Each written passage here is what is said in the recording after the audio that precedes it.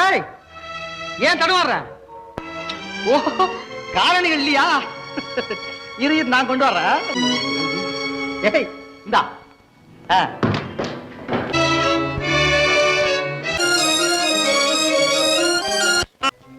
இதையா சாப்பிடுவது? இதுல 2 குண்டு இரும்பு சத்து இருக்கிறது தெரியுமா? அப்படியா? இதுல 2 குண்டு. இது 10 வித உலோக சத்துக்களால் செய்யப்பட்ட மாத்திரை. சாப்பிடு. என் வாணியை கண்டுபிடிக்கலாம் நான் என்னென்ன மனக்கோட்டை கட்டி இருந்தேன். வாணி, இனி உன்னை நான் பார்க்கவே முடியாது.